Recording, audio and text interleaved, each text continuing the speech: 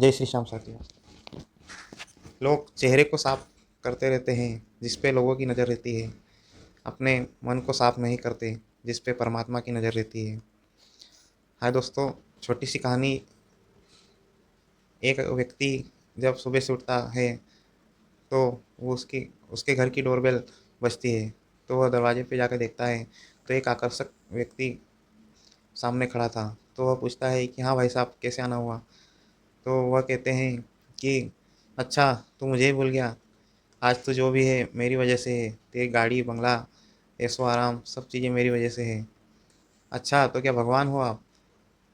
तो कहते हैं हाँ, मैं भगवान ही हूँ। तू कहता रहता है ना, नज़र में रहते हो नज़र नहीं आते। तो आज मैं पूरा दिन तेरे साथ ही रहूँगा और किसी और को नहीं दिखाई दूंगा।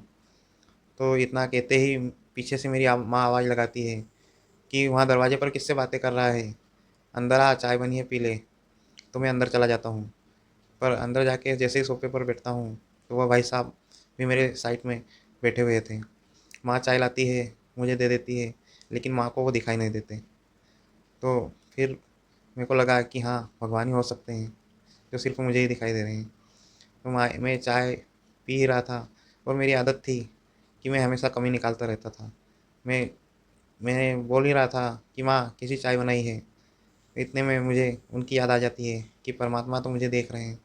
तो मैं माँ को कहता हूँ कि ठीक है माँ, अच्छी बनी है चाय, और पी लेता हूँ। तो फिर पूजा घर में जाता हूँ तो देखता हूँ कि परमात्मा मेरे साइड में ही बैठे हुए थे।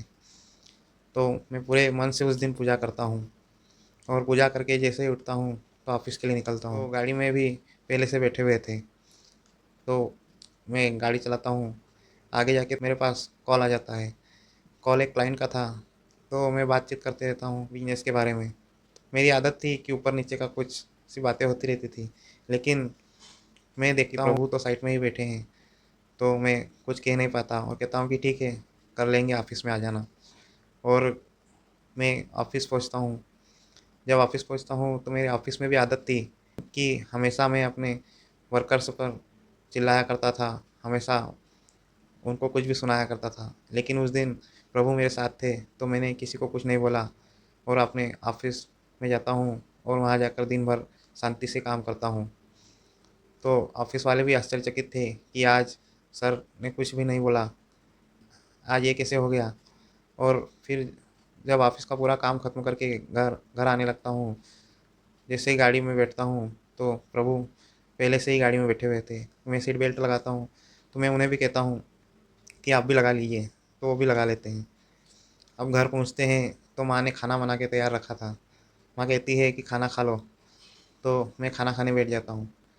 ज़िंदगी में मैंने पहली बार कहा कि प्रभु पहला निवाला आपका। तो प्रभु पहला निवाला खाते हैं, फिर उसके बाद मैं खा लेता हूँ। जैसे ही मेरा डिनर ख़त्म होता है उसके बाद मैं खड़ा होता हूँ तो मेरी माँ कहती है कि आज क्या बात है, आज तो तूने खाने में कुछ भी कमी नहीं निकाली।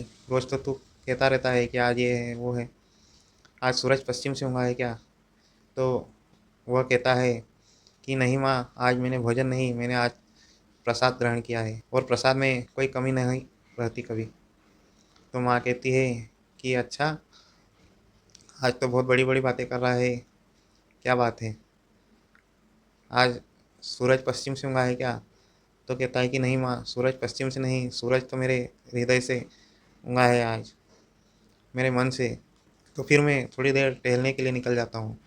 टहलने के बाद जब बिस्तर पर सोने जाता हूँ तो वहाँ भी प्रभु मेरे सर पर हाथ घुमा रहे थे और कह रहे थे कि आज तुझे किताबें या गाना नहीं सुनना पड़ेगा, क्योंकि आज तू निश्चिंत है, आज तुझे कोई चिंता नहीं है और आज तुझे नींद भी अच्छी आएगी। तो मैं सो जाता हूँ और वास्तविक में नींद भी मुझे अच्छी आ जाती है। लेकिन अचानक से ज़ोर से माँ की आवाज़ आई तो मैं नींद से जग गया और मुझे रियलाइज़ हुआ कि मैं तो सपना देख रहा था, मैं तो गहरी नींद में था। लेकिन सच तो यह है कि मैं तो जीवन की गहरी नींद में था। उस सपने ने तो मुझे उस नींद से जगा दिया। उस सपने ने मुझे बता दिया कि हम जीवन की गहरी नींद में हैं और हम ईश्वर की नज़र में हैं।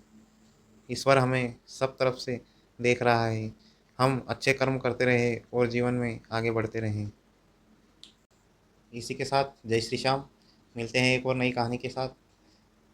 हमारे चैनल पर हर दिन एक नई कहानी आपको मिलती रहती है, इसलिए हमारे चैनल को सब्सक्राइब करना ना भूलें और कमेंट्स में जय श्री श्याम ज़रूर लिखें। धन्यवाद।